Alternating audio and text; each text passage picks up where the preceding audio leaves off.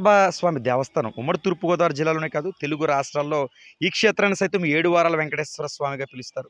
మనం ఎంత ఎత్తులో చూస్తే అంత ఎత్తే ఈ స్వామివారు కనిపిస్తారు. అనేక చరిత్ర కూడా వెనకాల ఉంది. దాదాపు 2000 సంవత్సరాల కిందట దేవతలే స్వయంగా ఈ దివ్యక్షేత్రాన్ని నిర్మించారట.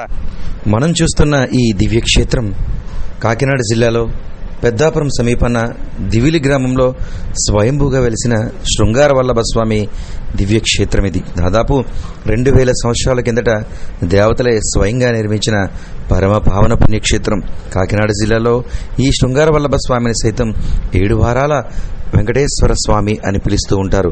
ఆయన రూపంగానే భక్తులు ఈ శృంగార వల్లభ స్వామిని కొలుస్తూ ఉంటారు. అయితే ఇక్కడ ఒక మహిమాన్వితం ఏమిటి అంటే, మనం ఎంత ఎత్తులోంచి చూస్తే స్వామి అంతే ఎత్తు కనిపిస్తారు.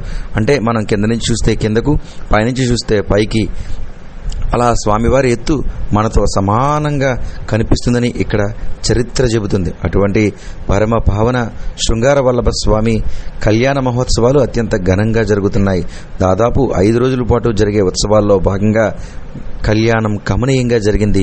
స్వామివారి కళ్యాణాన్ని కనులారా తిలకించేందుకు లక్షలాదిగా భక్తజనులు పెద్దాపురం దివిలి శృంగార వల్లభ స్వామి దేవస్థానానికి చేరుకున్నారు. మనం చూస్తున్నాం, మహిళా భక్తులు పెద్ద ఎత్తున స్వామివారి ఆలయ ప్రాంగణానికి చేరుకుని భక్తి శ్రద్ధలతో గోవిందా అంటూ స్వామివారి కళ్యాణాన్ని కనులారా తిలకిస్తున్నారు. మరోపక్క చక్కని పందిరి అలంకరణ పరిమళ పుష్పాలతో అలంకరించి దేవదేవరులను దేవతామూర్తులను వేయించింపచేసి అర్చక స్వాముల బృందం కళ్యాణం అంటే ఏంటి అన్నది వివరిస్తూ నిర్వహించారు. నిజానికి దేవతామూర్తుల కళ్యాణంలో మాత్రం ప్రతి తంతు వివరిస్తూ చేస్తారు.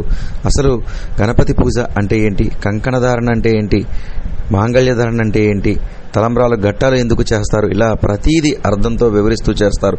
కాబట్టి కళ్యాణ సమయమే దాదాపు 5 గంటలకు పైగా అవుతుందని చెప్పుకోవచ్చు. ఏది ఏమైనా ఏడాది స్వామివారి కళ్యాణంతో పాటు స్వామివారి పల్లకీ సేవలు, స్వామివారి ఉత్సవాలు అత్యంత ఘనంగా జరుగుతున్నాయి.